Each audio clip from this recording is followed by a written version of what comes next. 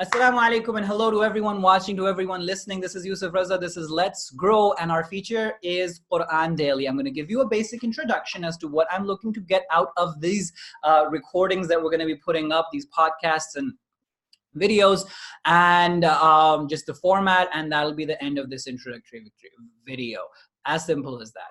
Right. So what are we doing and why are we doing it? With every day, with every episode, we'll be looking to explore beliefs. Understand that whatever you're doing, it has some kind of belief behind that, right? And you may be aware of that belief, but for the most part, we are unaware, i.e. that belief is usually unconscious. And that's what makes it so dangerous, right? So even people who say they are irreligious or that they don't have any beliefs, they have beliefs as well. They have some religious structure inside of them that they may not be cognizant of, which makes it all the more dangerous. So even if you're going to define yourself as irreligious, you have to be aware of what that irreligiosity entails. You have to be aware of what that is. And the less explored that belief system is, that unconscious religion is, the more dangerous that is for our growth, for our understanding. Right? So people say that I know what I have to do, but I can't do it. I can't get myself to do it. Understand that there is a contradictory belief, an unconscious belief, a belief that you may not be aware of, that you may not even be willing to acknowledge that it's inside of you, but it's there. That has to be identified. We trace it back from the action.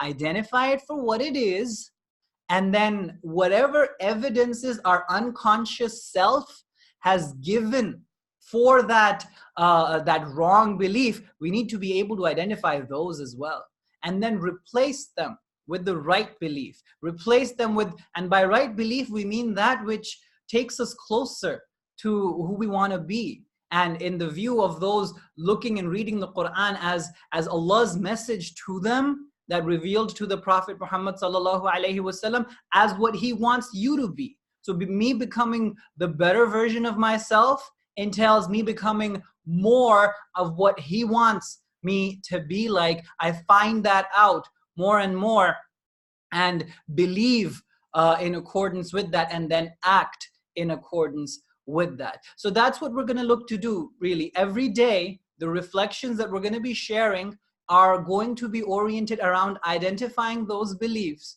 and then giving examples of how our actions may be contradictory to those beliefs, which means we have some hidden, some demonic beliefs unconsciously. Identify those, address those, and then look to develop and grow as believers, look to grow as individuals.